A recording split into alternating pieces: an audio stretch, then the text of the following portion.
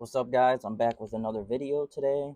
This one is on Matthew 6:20, and this one is going to be about the verse right here.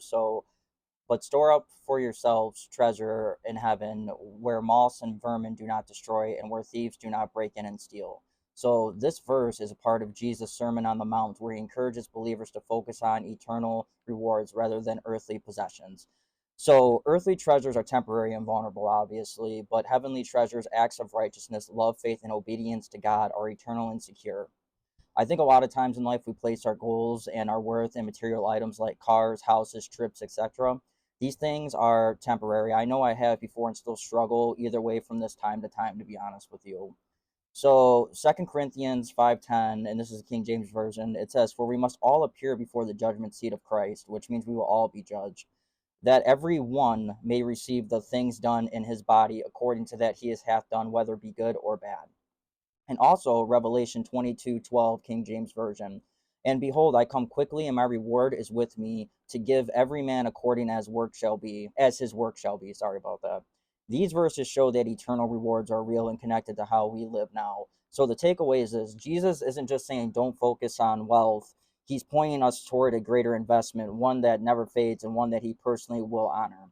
So focusing on heavenly treasures means living for his glory, walking in obedience, and trusting that even unseen sacrifices will be rewarded eternally. So now this doesn't mean money itself is evil. A lot of times you hear people say money is the root of all evil, but it's actually the love of money is all evil. So there's a key difference there. The love of money is evil. The money is a tool, but the love of money is when it becomes evil. The Bible clears this up in 1 Timothy 6:10. "For the love of money is the root of all evil, which while some coveted after, they have erred from the faith, and pierced themselves through with many sorrows." King James Version. Notice it doesn't say money is the root, it's the love of it that corrupts again. It's about our posture towards money. Do we serve it or do we use it to serve God? So money is a tool, but it becomes a trap when it takes God's place in our hearts. That's why Jesus also said in Matthew 6:24, "You cannot serve both God and money," or mammon, which is money.